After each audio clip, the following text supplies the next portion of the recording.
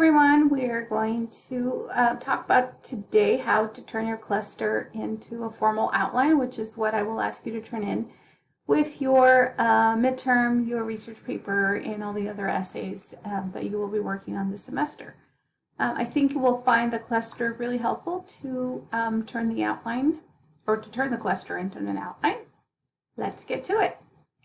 Just note that in the outlines, anytime you outline, typically you don't outline your introduction or your conclusion, just because of the fact that when you're writing an intro and a conclusion, you're already writing the paper, and keep in mind that if you're writing an outline, it's a pre-writing activity. You are not writing any paragraphs just yet.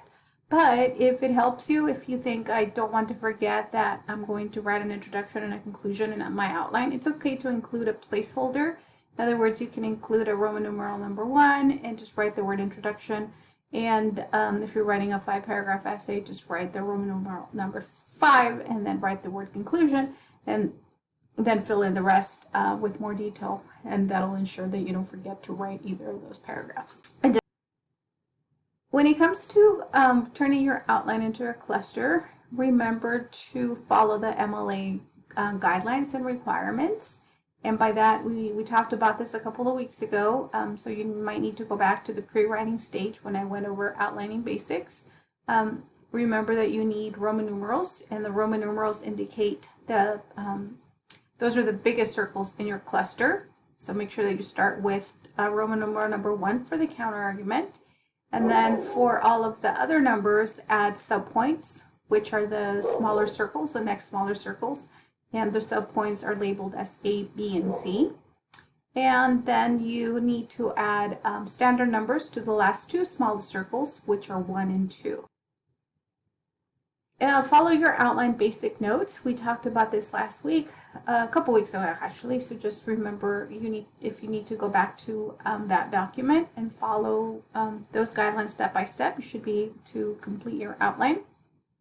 So from the cluster in a Word document or a Google Doc, start at the top, and what I mean by that is make sure that you write the information that you need.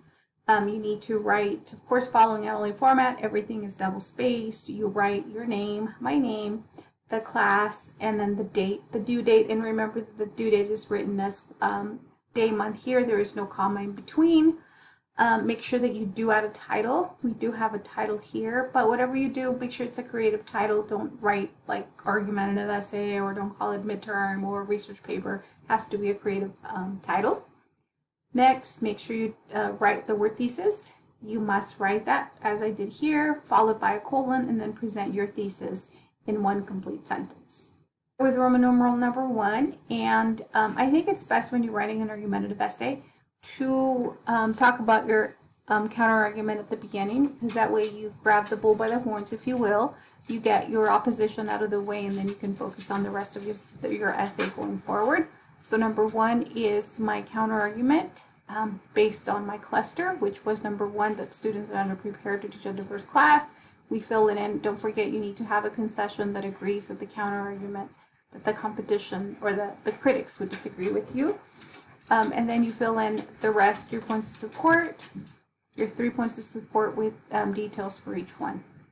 You continue to do that for your 2nd, 3rd, 4th paragraph, 5th paragraph in this case, 4th paragraph. You have a counter argument in 3 body paragraphs. That's a total of 4 paragraphs, plus your introduction and your conclusion. So this essay will be a total of 6 paragraphs. Final checklist. Did you write the label in the left-hand corner? That's what we're talking about. Your name, my name, the class, the date. Did you write a title? Make sure you follow MLA format.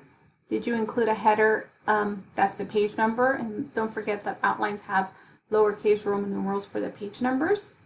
Did you write the word thesis followed by a colon? Is your first paragraph the counter-argument? That is, it's not necessarily a requirement, but I think it's best if you put your counter-argument first. And does your counter-argument have at least 3 points of support to show why it's flawed? In other words, why is it wrong and your argument is still superior? Did you have 3 body paragraphs? So in this case, your last body paragraph will be numbered IV, which is the number 4. And then finally, do you have at least 6 paragraphs for your argumentative essay? That's the least you should have for your research paper. It's possible that it's more than 6. So that is it in regards to how to turn your outline into a cluster. I will post the worst teacher outline also in this week's module so that you can follow along as well. Until next